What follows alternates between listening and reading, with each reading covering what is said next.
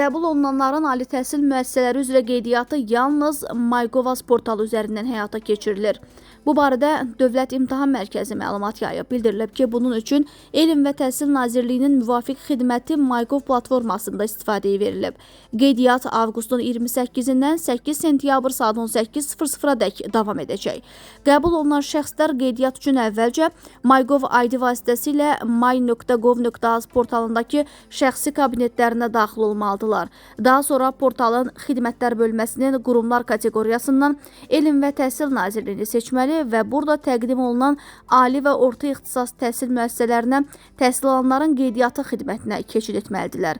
Müəyyən olunmuş müddətdə qeydiyyatdan keçməmək abituriyentin müvafiq ixtisasa yerləşdirmədən imtina etməsi kimi qiymətləndiriləcək və onun qəbul haqqında əmri ali məktəbə göndərilməyəcək deyə əlavə edilib.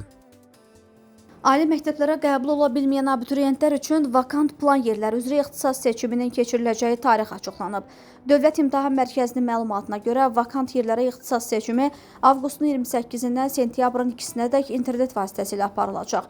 Abituriyentlər elektron ərizədə ali təhsil müəssisələrinin boş qalan plan yerləri ilə yanaşı, orta ixtisas təhsil müəssisələrinin ixtisaslarının kodlarını da göstərə biləcəklər. Qeyd edək ki, ali məktəblərdə boş qalan vakant plan yerlərinin siyahısı yaxın günlərdə dərc olunacaq, abituriyent jurnalının 7-ci sayında təqdim ediləcək.